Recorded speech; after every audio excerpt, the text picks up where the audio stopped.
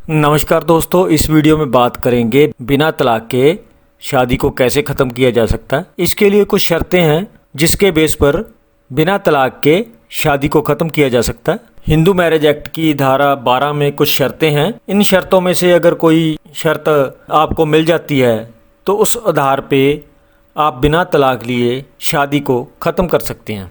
Petition file करके बिना तलाक लिए शादी को ख़त्म कर सकते हैं। तलाक की ज़रूरत नहीं है, शादी को ख़त्म किया जा सकता है। अब बात करेंगे सेक्शन 12 के अनुसार कौन कौन से ग्राउंड है जिसके आधार पर हम शादी को ख़त्म कर सकते हैं बिना तलाक के। सबसे पहले, अगर आपकी शादी धोखे से हुई है, जैसे बायोडाटा गलत दे दिया, कुछ बातें छुपाई गई हैं, जैसे जैसे बोल देते हैं कि लड़के ने एमए कर रखी है, घर वाले बोल देते हैं लड़के ने एमए कर रखी, लड़का बोलता है कि मैंने एमए की हुई है पर वो पढ़ा हुआ है 10th क्लास तक। इसी तरह अपनी उम्र को छुपाकर एज के बारे में गलत बोल देना, बिजनेस के बारे में गलत बोल देना कि बिजनेस है हमारा, बहुत बड़ा बिजनेस है, पर है नहीं। जैसे बोल देना कि लड़का बहुत बड़ी कंपनी में लगा हुआ है, अच्छी सैलरी लेता है, पर है बेरोजगार। अगर आपको पता होता तो शायद आप शादी ना करते।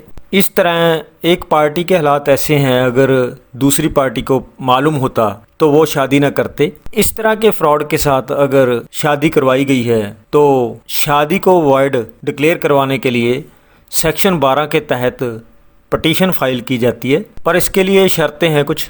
फ्रॉड का पता चलने पर 1 साल के अंदर अंदर पटिशन फाइल करनी होती है। दूसरा, फ्रॉड का पता चलने पर हस्बैंड वाइफ वाला रिश्ता ना हो। इसके बाद बात करेंगे अगर शादी ज़बरदस्ती की है, जैसे बंदूक की नोक पर शादी की है या धमकी देकर शादी की है, धमकी देकर शादी के लिए मना लेना, ज़बरदस्ती शादी करवा देना, आपकी शादी आपकी इच्छा के विरुद्ध की गई है, नशे की हालत में शादी करवाई गई है, नशा वगैरह करवा के शादी करवाई गई है, इनको साबित करके सेक्शन 12 के तहत पटिशन फाइल की जाती है। अगर हस्बैंड या वाइफ में से दोनों में से कोई नपुंसक है, इस आधार पर भी शादी को ख़त्म करवाया जा सकता है। नपुंसकता का मतलब है दोनों में से कोई शारीरिक संबंध बनाने के काबिल ना हो। नपुंसकता है जो शादी के समय से हो और पटिशन फाइल करने तक नपुंसकता रही हो। अगर शादी के समय कोई नपुंसक नहीं था और शादी के बाद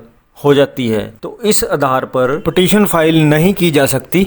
इसके अलावा हस्बैंड या वाइफ में से कोई अनसाउंड माइंड है, दिमागी तौर से कमज़ोर है, शादी के लिए सहमति देने के काबिल नहीं है, या किसी को पागलपन के दौरे पड़ते हों, तो इसको साबित करके शादी को वॉइड डिक्लेयर करने के लिए सेक्शन 12 के तहत पटिशन फाइल की जा सकती है।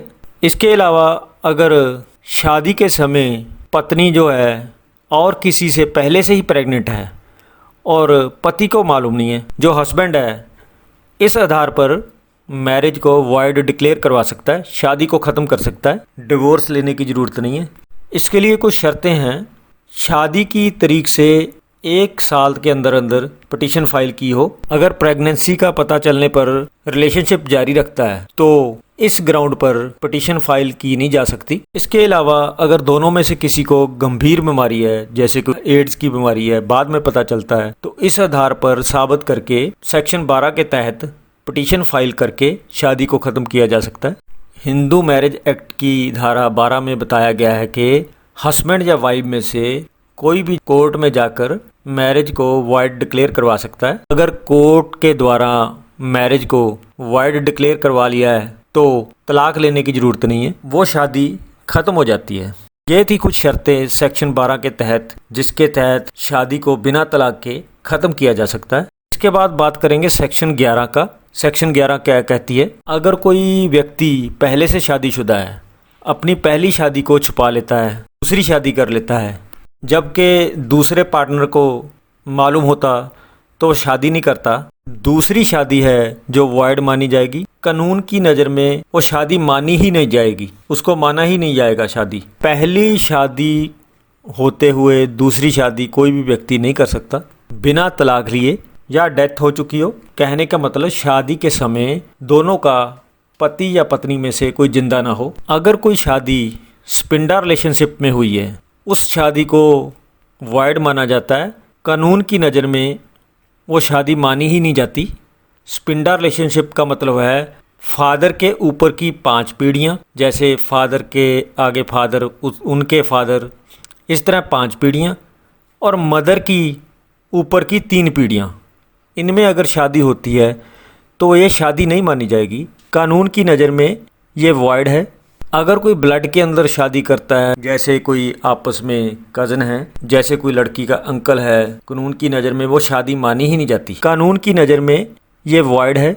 इस तरह की और कानूनी जानकारी के लिए चैनल को सब्सक्राइब जरूर करें और घंटी का बटन दबाएं।